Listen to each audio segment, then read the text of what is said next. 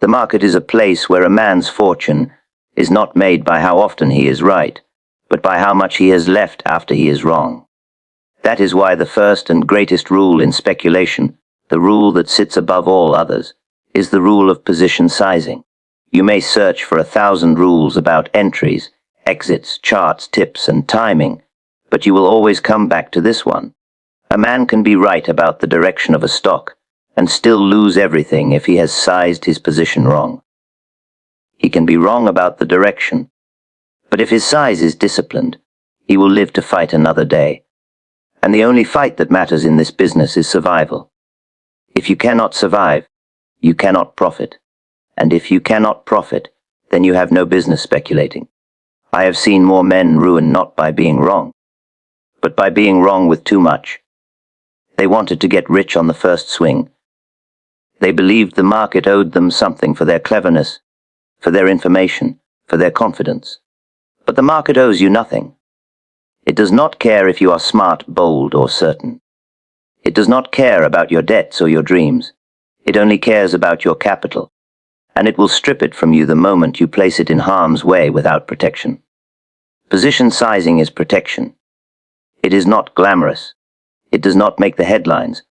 Nobody boasts in the bucket shops about how small they bet or how cautious they were. But those who last, those who accumulate, those who become rich, they all whisper the same thing: size is survival, and survival is profit. You may hear a man say, "I knew that stock would go up, but I was shaken out by margin calls."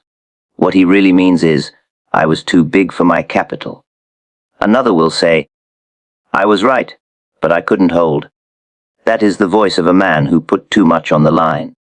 Being right is useless if your size does not allow you to sit still. The market demands patience. But patience is only possible if your position is sized so that the daily jiggles, the sudden drops, the unexpected moves, do not force you out. You cannot be patient if your heart is in your throat every tick. You cannot let your profits run if every downtick feels like ruin. You cannot cut your losses if the size is so large that you refuse to admit the mistake. The whole game comes back to size. Now many beginners think size is about greed. They think, if I double my size, I will double my profits. But what they do not see is that they also double their danger. They double the weight on their nerves. They double the chance that a small mistake will become a fatal one. Speculation is not arithmetic, it is psychology. You may hold 100 shares comfortably, but 1,000 shares may break your back, even if the stock moves the same way. Your brain will not work the same when you are too large. You will not see the market, you will only see your money bleeding. You will not follow your rules, you will follow your fear. A man who is oversized is already beaten, because he will act not as a speculator, but as a gambler. The gambler bets because he must. The speculator bets because the odds are right. The only way to stay a speculator is to size yourself so that you are never forced, never desperate, never over your head. I have always said, it is not the market that beats the man, it is the man that beats himself. And the weapon he uses most often is his own greed expressed through size. How many fortunes have been lost because a man wanted to make a killing instead of a living? How many houses gone? How many wives left? How many men ended up on the street, not because they lacked brains, but because they lacked the discipline to size their trades? It is not knowledge that saves you. It is not courage. It is not tips. It is size. A small position can be corrected. A small loss can be endured. A small mistake can be forgiven. But when the size is too large, no forgiveness is possible. The market does not forgive and it does not forget. The trouble is, most men cannot stand to think small.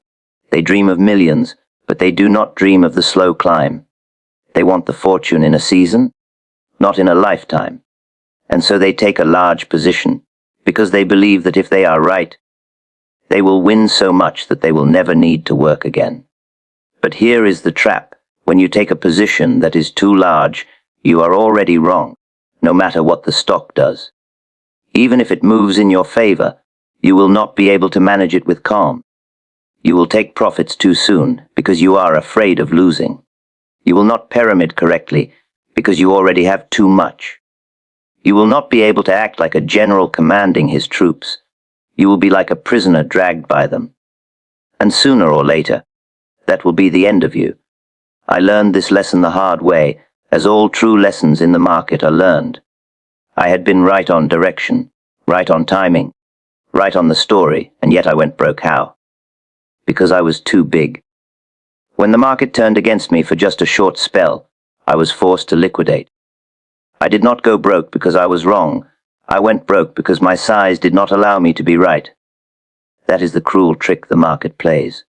It is not enough to be correct. You must be correct with the proper size.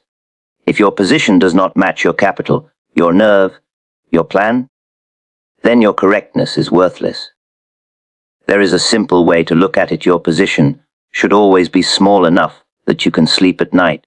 If you cannot sleep, your size is too large. If you are staring at the tape all day, unable to look away, your size is too large. If you cannot leave the market alone for fear of what might happen, your size is too large. A man who is properly sized can walk away. He can let the market do its work. He can wait. And waiting is the hardest, but most profitable, part of this game. Another mistake men make is pyramiding too fast. They put on a position, it works, and they rush to double and triple it. They think they are building a fortune, but they are building a trap. Pyramiding is only wise when the market pays you to do it. You must let the profits finance the new position, never your original capital. If you add with your winnings, your size grows safely. If you add with your stake, you are gambling, not speculating. It takes iron discipline to add only when the market gives you permission.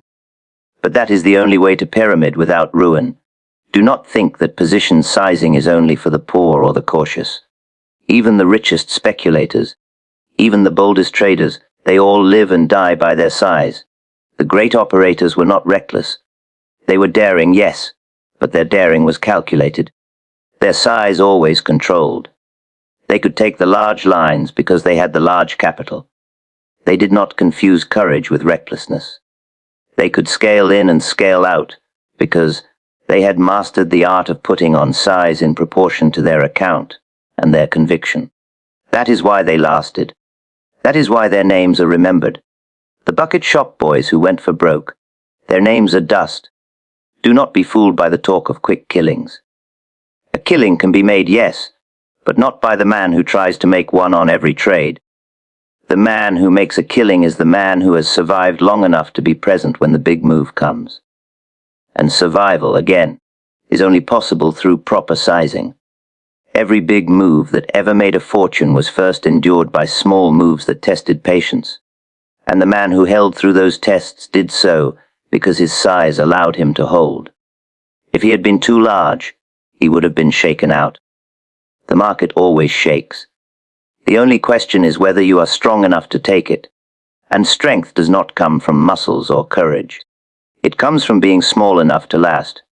There is another danger in size, and that is the temptation to average down. A man who starts small can cut his loss and move on. But a man who starts too large is tempted to throw good money after bad. He cannot admit he is wrong, because admitting it would mean too large a loss. So he buys more. He says he is lowering his average, but he is really raising his risk. And the market, which punishes pride more than anything else, will usually finish him off. A small loss is a bruise. A large one is a bullet. If you keep adding to a losing position because you started too large, you are digging your own grave. Speculation is not about being bold in size. It is about being bold in patience. It is not about betting all, but about waiting for all. The position size is the foundation of your house. If it is weak, the storm will take it. If it is strong, you can build on it. Without it, nothing else matters. I do not care how good your system is, how sharp your analysis, how perfect your timing. If your size is wrong, you are finished. And if your size is right, you can survive even your mistakes. That is the irony of this business. The smaller you bet, the bigger your chances of getting rich. The larger you bet, the quicker your chances of going broke. The beginner thinks the opposite. He thinks the bigger he bets, the sooner he will be rich. But speculation is a profession, not a lottery. A profession requires you to last. It requires you to accumulate slowly. It requires you to respect your capital more than you respect your opinion. And respecting your capital begins and ends with the size of your position. I repeat, because repetition is the mother of truth, size is everything. Not tips. Not timing. Not inside dope. Not opinions. Size. If you remember nothing else, remember that. Make your positions so small that you can take them, cut them, carry them, add to them, all without strain. Make them so small that you can follow your rules without fear. Make them so small that the market cannot shake you out with its tricks. Make them so small that you can stay in the game long enough to see the real move. The move that makes your fortune. You can only get rich in the market if you first refuse to go broke. That is the law, and it is enforced without mercy. The market is patient. It will wait until you have forgotten this rule. Then it will strike. But if you never forget it, if you always respect your size, then you can stand before the market without fear. And the man who does not fear is the man who profits. The ability to hold your nerve depends not on courage, but on the comfort of your size. Men think nerves are a gift, like strength in the arms or steel in the backbone. But nerves in speculation are not about nature, they are about position. You may be the calmest man in your daily life, unshaken by insult, steady under fire. But if you put too much of your capital into a trade, the market will make a coward of you. It will turn the calmest gentleman into a trembling wreck. It is not the ticker tape that drives men mad, it is their own oversized wagers. When a man is too big for his account, every small move looks like disaster. Every little jiggle looks like catastrophe. Every whisper on the street sounds like a death sentence. He begins to watch every tick. He cannot eat. He cannot sleep. His heart pounds at each fluctuation. And when a man is in that state, he can no longer think. He can no longer plan. He can no longer follow his rules. He has lost his nerve, not because he was born weak, but because he sized his trade too large for his comfort. The market does not ask you to be brave. It asks you to be consistent.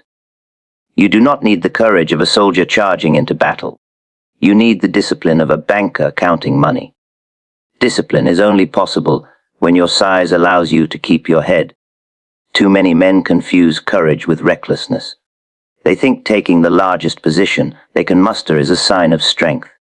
They confuse boldness with wisdom. But what really happens is that their size destroys their judgment, and judgment is the only weapon a speculator has. I have seen men take enormous lines, boasting of their courage, only to cut them at the first dip. They did not cut because they were disciplined. They cut because they were terrified. Their size forced them into panic, and panic is never profitable. On the other hand, a man who sizes correctly can watch the same dip without alarm. He knows what his risk is, he knows what his capital is, and he knows the market cannot push him into ruin with a small setback. He can sit calmly, letting the market do its dance, because his position is comfortable. That is what comfort means in this business, the ability to sit. And sitting, more than anything else, is where the profits come from. Most fortunes were not made by quick in and out trading, but by sitting through the big move. The market may go up and down. It may test your patience. It may tempt you to act, but the real money comes to the man who can sit through all that without flinching. And you cannot sit if your size is choking you. Think of the gambler at the roulette wheel who bets half his stake on one spin. He is brave, but he is a fool. If the ball lands against him, he is finished. He is out of the game. What courage is there in that? It is suicide disguised as boldness. The wise gambler bets a size that lets him stay at the table, spin after spin, until the odds turn. He may lose a few rounds, but he is still in the game. The speculator must think the same way. You do not need to risk everything to show courage. You need to risk only what you can afford to lose without losing your reason.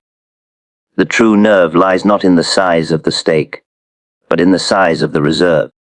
I have seen speculators in the bucket shops, young and full of fire, who believed courage alone would win the day. They doubled and tripled their size, shouting to the crowd that they would clean out the house. But when the ticker ran against them, they were white as ghosts, begging the clerks for time. selling everything at the worst moment. Their courage had vanished, because courage cannot stand against a position too large for the pocketbook. They went broke not for lack of brains, but for lack of sizing. The market exposed them, as it always does, because the market is the greatest examiner of human nerves, and it always finds the weak spot. The weak spot is not fear, but size. When your size is proper, you will discover that you do not need to be brave at all. You do not need to grit your teeth or steel your heart. You will simply watch, waiting for your plan to work. The little losses will not disturb you. The small fluctuations will not shake you. You will have no temptation to snatch at small profits, because you are not desperate. Desperation is the child of oversizing.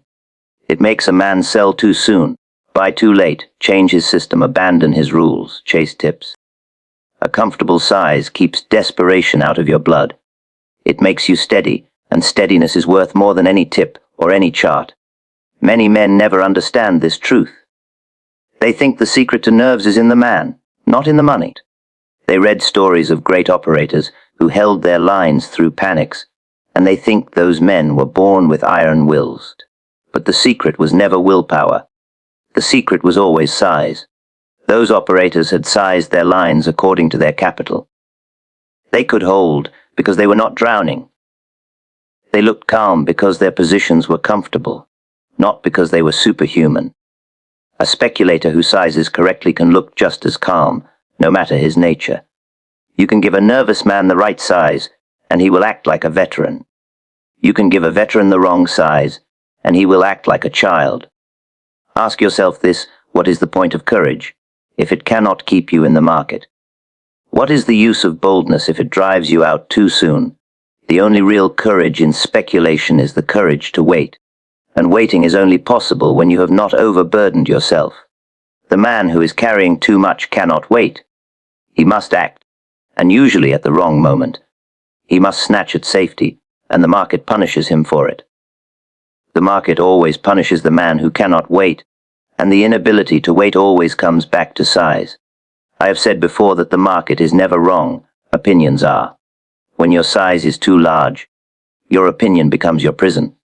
You cannot change it, because changing it would cost too much. So you sit, not out of patience, but out of paralysis. You tell yourself you are holding with nerve, but you are holding with fear. The market sees it and will break you. True holding comes from comfort. It comes from knowing that if the market proves you wrong, you can take the loss and move on. That knowledge makes you calm. That calm is what men mistake for courage. It is easy to say, I will be disciplined, when your size is small. It is impossible to be disciplined when your size is too large. The size controls the man, not the other way around. If you wish to control yourself, control your size. That is the number one rule, the first law of speculation. When your position fits your capital, your nerves will be steady, your judgment will be clear, your patience will be natural. You will not need to force yourself into discipline. Discipline will flow from your comfort. And only then can you truly speculate, because only then can you see the market without the fog of fear. Size is not about greed, it is about control. Control of losses, control of nerves, control of decisions. Too many men step into the market with the wrong idea that the bigger they play, the bigger their chances of striking it rich. They imagine size is the lever that multiplies their fortunes. But the real purpose of size is not to make you rich in a hurry. It is to keep you steady so that you can build wealth over time. If you look at the men who last in speculation, the men who grow their stake year after year, you will see that they are not controlled by their trades. They control their trades, and that control begins with size. The speculator who sizes properly is like a general who never commits his whole army to the first skirmish. He holds reserves. He measures his strength against the enemy. He advances when the odds are in his favor, and he retreats when the tide turns. He does not throw all his men into battle at once, because he knows that a lost battle is not the end of the war as long as he still has troops in reserve.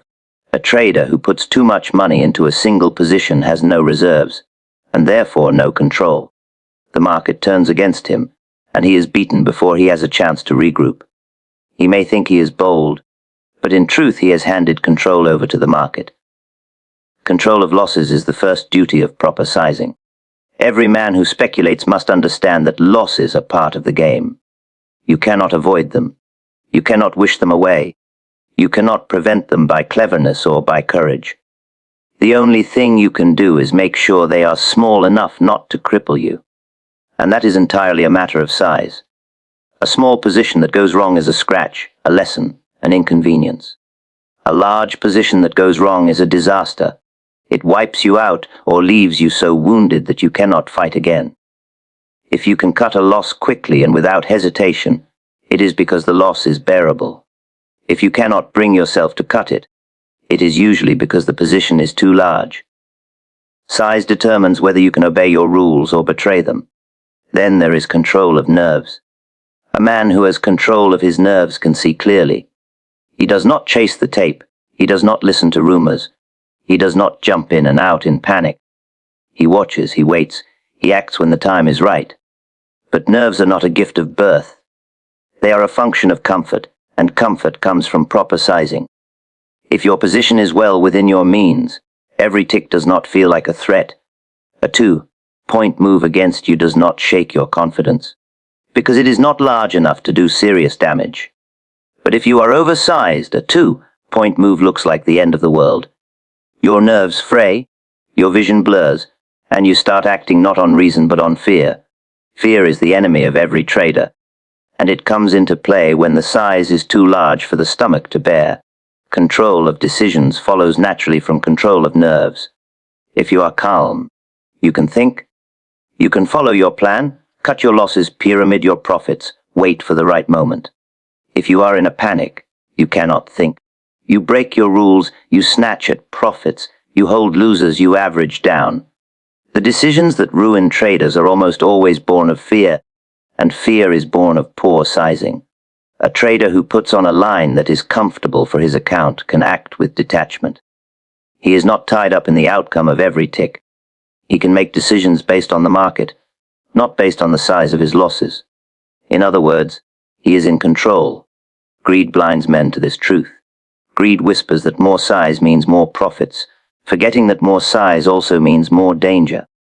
Greed convinces a man that if he is right, he should bet everything on it. But greed never considers what happens if he is wrong. And in speculation, wrong comes more often than right. The difference between winners and losers is not that winners are never wrong, but that winners keep their wrongs small. Losers let their wrongs become ruinous, and they do so because their greed made them too big. Greed wants the quick fortune, but speculation punishes greed more than anything else. The man who sizes for greed is already half beaten, because he has given up his control. Think of a man sitting at a card table. He may have the best hand in the room, but if he bets his entire roll on that hand, he has no control left. One unlucky card, one twist of fate, and he is out of the game. The smart card player never pushes everything forward unless he is prepared to leave the table for good. He sizes his bets so that he can withstand a run of bad luck. He knows that one hand does not make a career. The speculator must think the same way. No one trade makes your fortune, but any trade can end it if your size is wrong. Control is more important than victory in a single trade, because control is what lets you live to fight again tomorrow. Now consider pyramiding. The only safe way to build a position is by using the market's profits to pay for your increase. That is control. If you add to your position with money the market has already given you, you are never overexposed. You are playing with winnings, not with your stake. But if you pyramid with your original capital, you are letting greed, not control, dictate your size. You are building a tower on a weak foundation. And when the market shakes, and it always shakes, the tower will collapse on you. Pyramiding is a tool of control when done correctly, and a tool of destruction when done by greed. Another form of control that comes from proper sizing is patience. A small position allows you to wait. You can let the market confirm your view. You can let the move develop. You can hold through the minor reactions. Patience is not a virtue. It is a byproduct of comfort. A man who is too large cannot be patient. He feels every moment as a crisis. He must act, and usually at the wrong moment. Impatience ruins more traders than ignorance ever did, and impatience is nothing more than the voice of discomfort caused by poor sizing. Control also shows itself in independence. When your size is too large, you will find yourself hanging on the words of others. A tip, a rumor, a headline, anything that gives you hope or fear will sway you. You are no longer thinking for yourself. You are letting the crowd think for you. But if your position is comfortable, you can ignore the noise. You can trust your own judgment, because you know that a bad outcome will not destroy you. Independence of mind is a mark of every successful speculator, and independence begins with size that allows you to stay in control. The man who thinks size is about greed is like a horseman who thinks speed is about whipping the animal harder. He may get a burst of motion, but he will not get far before the beast collapses. The horseman who understands control will ride smoothly, steadily, for miles, while the other is left in the dust. In speculation, the man who sizes for control outlasts the man who sizes for greed. Outlasting is everything, because the market always gives opportunities, but only to those who are still in the game. Size is not a weapon to win battles. It is the shield that lets you fight them. The men who get rich are not those who bet the most, but those who bet in a way that kept them steady. Steadiness is the hidden edge in speculation, and it comes from control. Every man has greed inside him, but not every man learns how to master it. The way to master it is not by wishing it away, but by sizing your positions so that greed cannot tempt you into ruin. Control your size, and you control yourself. Control yourself, and you can control your trading. A man who sizes right can sit still. A man who sizes wrong must always run. That is the difference between the winners and the losers in this game. The market pays the man who can sit, and it destroys the man who cannot. But sitting still is not about patience alone. It is about the comfort of your position. If your size is proper, you can wait. If your size is too large, you will be forced to run from every shadow. Men often talk of courage and nerve, but the truth is that most of what they call nerve is simply the ability to sit without strain. And strain comes from size that is out of proportion to capital and temperament. The great moves, the kind that make fortunes, take time. They do not unfold in a day or a week.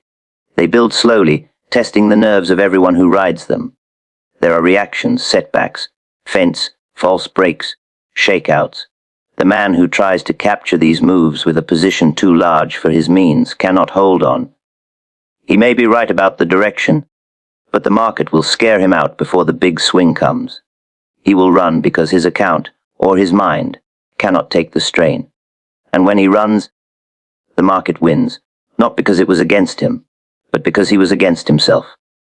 The ability to sit still, to wait for the market to complete its work, belongs only to the man whose position size is right. You can see this truth in the tape rooms, in the bucket shops, in the exchanges. The men who are over-committed pace the floor like trapped animals. They whisper for news. They curse the fluctuations. They are always waiting for the clerk to call their margin. They are never at ease, and so they never sit still. They dart in and out, covering here, buying there, always acting, never waiting. Their very size forces them to run. On the other side of the room you might see a man who is calm, who watches without excitement, who can leave his desk for lunch without fear. That man has sized correctly. He can afford to let the market breathe. He is not frightened by a small reaction because his position is comfortable.